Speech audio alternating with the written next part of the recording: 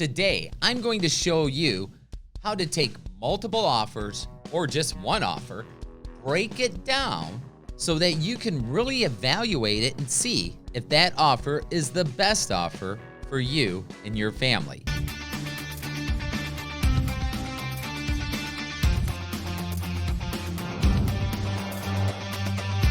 Welcome to the show. I'm Rich Sparks, Associate Broker with Keller Williams Realty, and this is the Rich Sparks Real Estate Raw Show, where we break real estate down to the simplest terms so you can make great decisions for you and your family. Hey, go ahead and hit that subscribe button and the little bell, and as we put new videos up, you'll get notified. So congratulations. You put your house on the market, you got multiple offers, everyone's crazy excited. You think picking an offer would be as easy as this. Show me the money. But there's so much more in an offer than just price. Let's go through the 5 questions we break down for our clients so they can truly pick the offer that's best for them and their family and what's going to meet all of their needs. Question number 1. What is it you need?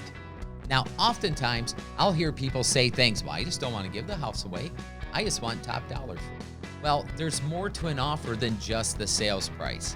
Is the sale and close of this property the contingent on a property you're purchasing?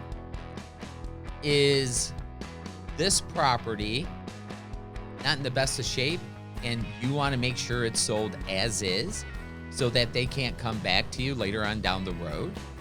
What is it exactly you're looking for? Is it the timing? Is it the terms? There's all types of ways to write up that offer. So make sure the first step is knowing, 1, what you want. Number 2, real estate terms. You need to understand real estate terms. Hey, trust me, I get it. I've been doing this for 20 years. I've been involved in over 2,000 transactions. I'm pretty hip on real estate terms. But for the common person who's only going to do 2 to 3 to 4 deals a year, those real estate terms, they can throw you off. And they can mean things that when you sign that paper, you now have to adhere to it. So make sure you understand all real estate terms.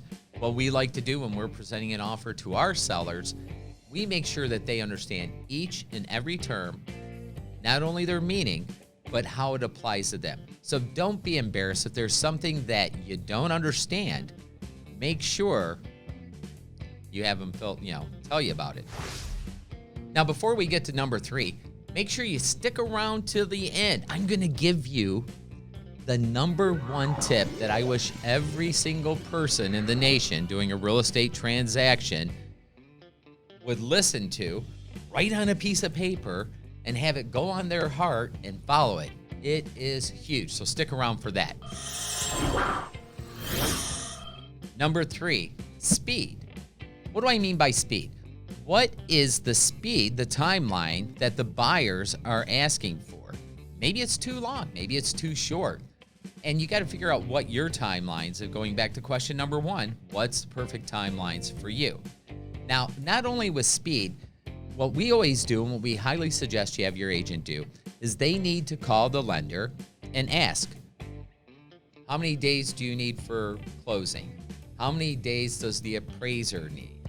What's your safe and conservative timeline right now? We had an offer just come in.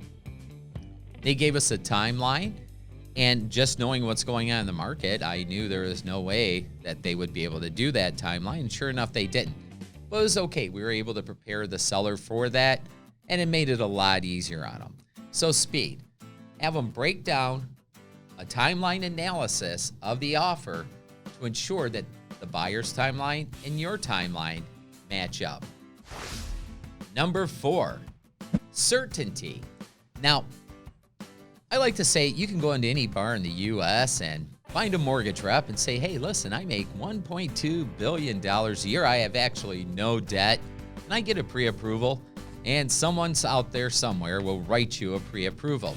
So just because a buyer has a pre-approval, it doesn't mean that if you take your house off the market, they go through that process, that they're going to be there at the end to ensure that yours and your family's goals can continue. So you want to make sure that it's certain. What do I mean by that? A couple of things right off the bat to look at the earnest money deposit. Is the earnest money deposit very low? Well, that's not necessarily good. Is it 3% of the price of the property? That's pretty strong. You also have to have your representative, your agent, call the lender and find out. We like to ask these questions. Can you give us the date of when you verified employment? We prefer to ask, can you give us the date versus did you verify employment? Because it's too easy for people to go, yes, yes, yes, yes. It's hard for them to come up with a date. So we like to ask date, verification of employment, date, verification of funds, date, verification of reserves, date, when did you pull the credit report? Did you pull from one or all three of the bureaus? Date that you did desktop underwriting, and ask those questions. Now, is that going to be a guarantee? Not necessarily, but we've had many, a lender go, oh, we haven't done that yet. Oh, we haven't done that yet. Oh, we haven't done that yet. Well, you need to know that because that's the certainty of this. So make sure that if you go with that offer, especially in a multiple offer situation, that individual will be there at the end. Other things that you really need to know is this sale contingent on the sale of another property.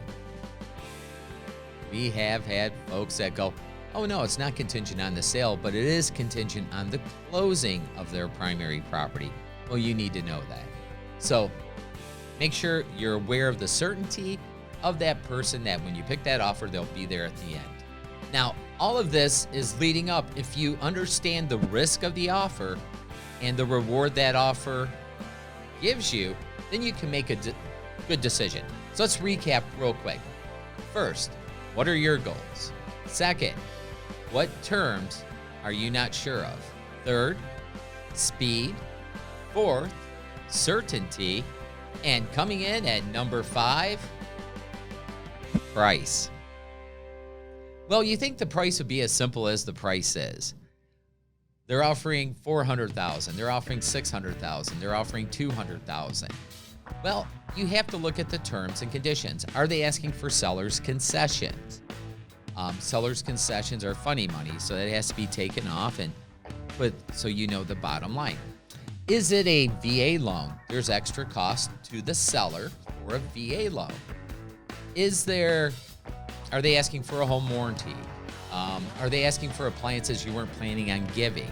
All kinds of things. You need to take all that into consideration for that price. Even going back to when I was talking about when there's multiple people involved. I had one time where there was like a $2,000 spread. It was an estate. We do a lot of estate and probate sales. It was an estate. There were 8 children involved. There was a $2,000 spread on the offer price. They wouldn't budge, but their offer was so strong. It wasn't contingent upon anything. They were doing a 20% down conventional. And we had to really break it down. Is it really worth $2,000 less cost divided by 8 to take the riskier offer? Well, they decided it wasn't. It went very, very smooth. They closed, and they were quite happy that they didn't worry about that $2,000. So make sure when you're looking at price, you're taking everything into consideration. Now, the number 1 tip I wish I could give every person doing a real estate transaction this year. Are you ready for this? Your agent matters. Listen, we have an 87.5% failure rate in this industry. Real estate is one of those industries. It's very easy to come in, do a bad job for a while, and fail out. So make sure your agent knows these items. They can express these items to you and properly represent you, especially the older you get. You don't have as much time to recoup. So if they're not I'm a big believer, full-time agent, you're worth it. I'm a big believer that every single person has a cousin, a brother, a neighbor, a mailman, the guy working at 7-Eleven, who are all real estate agents, and but you deserve the best. It's not going to cost you any different, especially if you're on the buyer side, but it could cost you terribly if you get a bad agent. Now, what we've done in the past, we've had folks come and say, hey, I have a brother-in-law who's a part-time agent. I feel kind of conflicted here. I want to be loyal because they're good people.